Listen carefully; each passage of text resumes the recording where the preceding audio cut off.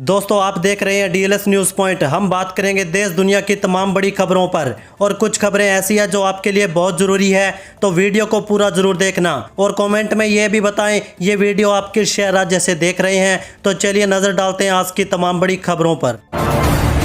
देखिए पहली सबसे बड़ी खबर, मुख्यमंत्री योगी आदित्यनाथ के नेतृत्व में प्रशासन की दिशा में बेसिक शिक्षा विभाग ने ऑनलाइन समीक्षा व्यवस्था को और अधिक सख्त बना दिया है। सभी अधिकारी केवल अपनी आधिकारिक ईमेल आईडी के माध्यम से ही बैठक में शामिल हो सकते हैं, जिससे प्रतिभागियों की पहचान सुनिश्चित होगी और समीक्षा प्रक्रिया अधिक पारदर्शी और प्रभावी बनेगी।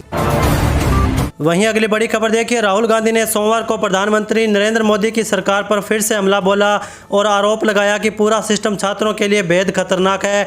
बिहार में छात्रों के विरोध प्रदर्शन के दौरान कथित पुलिस कार्रवाई की खबरों का जिक्र करते हुए राहुल गांधी ने एक रिपोर्ट में शेयर किया और कहा कि खबरें आ रही है कि बिहार में प्रदर्शन कर रहे छात्रों पर AK-47 से गोलियां चलाई गई और सैकड़ों छात्रों को गिरफ्तार कर उनके खिलाफ FIR दर्ज की गई। चलिए अगला अपडेट देखिए, बिहार विधानसभा में नेता प्रतिपक्ष तेजस्वी यादव ने एक बार फिर मुख्यमंत्री सम्राट चौधरी और एनडीए सरकार पर तीखा हमला बोला।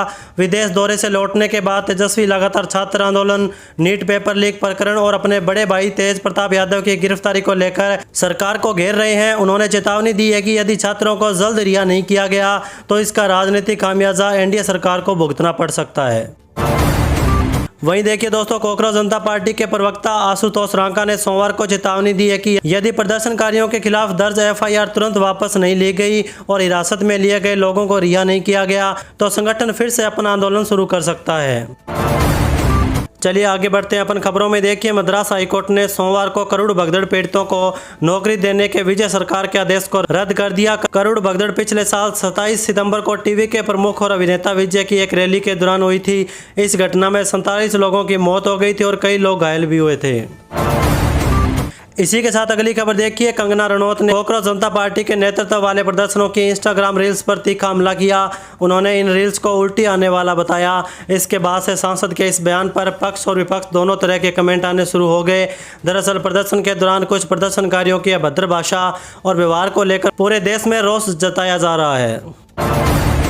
चलिए अब मौसम अपडेट पर नजर डालते हैं। देखिए देश भर में मानसून का असर लगातार तेज होता जा रहा है। मौसम विभाग ने उत्तर पूर्व और पश्चिम भारत के 10 राज्यों में मूसलाधार बारिश, तेज आंधी और वज्रपात का अलर्ट जारी किया। अगले 14 घंटे में कई राज्यों के लिए भारी पड़ सकते हैं। कई इलाकों में 80 किलोमीटर प्रति घंटे की रफ्तार से तेज हवाएं चलने की संभावना जताई गई है। वहीं देखिए दोस्तों, अयोध्या राम मंदिर चढ़ावा चोरी मामले में सोमवार को सुप्रीम कोर्ट में सुनवाई हुई।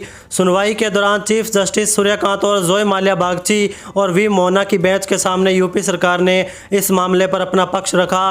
राज्य सरकार की तरफ से पैरवी कर रहे सॉलिसिटर जनरल तुषार मेहता ने कोर्ट को बताया कि मामले की निष्पक्ष तरीके से जाँच के लिए SIT का दोबारा गठन किया गया है। इसी के साथ अगली खबर देखिए, तमिलनाडु के वित्त मंत्री एन मेरी विल्सन ने रविवार को कहा कि राज्य सरकार आगामी बजट सत्र में भ्रष्टाचार पर ऑडिट रिपोर्ट पेश करेगी। उन्होंने आरोप लगाया कि इस रिपोर्ट से पिछली MK स्टालिन के नेतृत्व वाली DMK सरकार के दौरान पार्टी फंड इकट्ठा करने में हुई गड़बड़ियों का खुलासा होगा। चलिए अगला अपडेट देखिए, सरकार की E20 ethanol blend fuel policy को लेकर निशाना बनाते हुए अपमानजनक पोस्ट और डीप फेक शेयर किए जाने को लेकर केंद्रीय मंत्री नितिन गडकरी ने बॉम्बे हाईकोर्ट का रुख किया।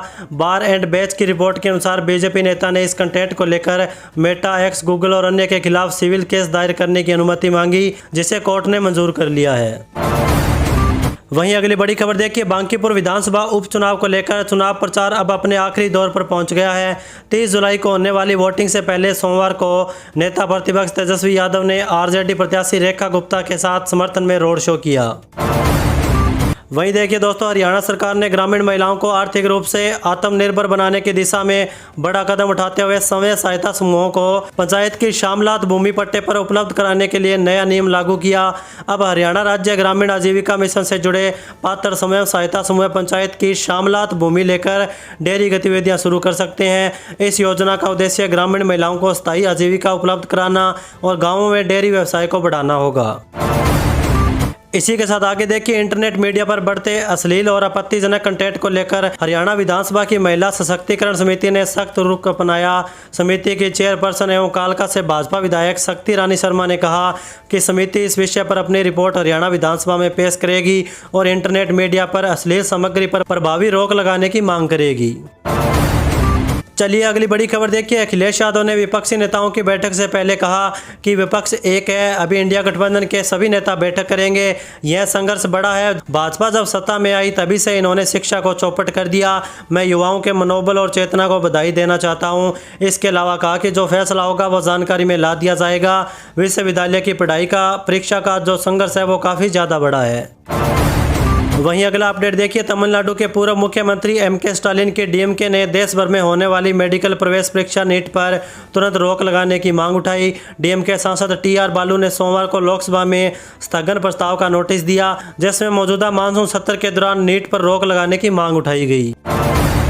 वहीं दोस्तों आगे देखिए। केंद्रीय मंत्री धर्मेंद्र प्रधान के इस्तीफे के बाद अब 3 राज्यों के शिक्षा मंत्रियों से इस्तीफे की मांग तेज हो गई है। विरोध की वजह पेपर लीक और शिक्षा व्यवस्था में गड़बड़ियां बताई जा रही है। छत्तीसगढ़, पंजाब और उड़ीसा में छात्र अपनी मांगों को लेकर विरोध कर रहे हैं।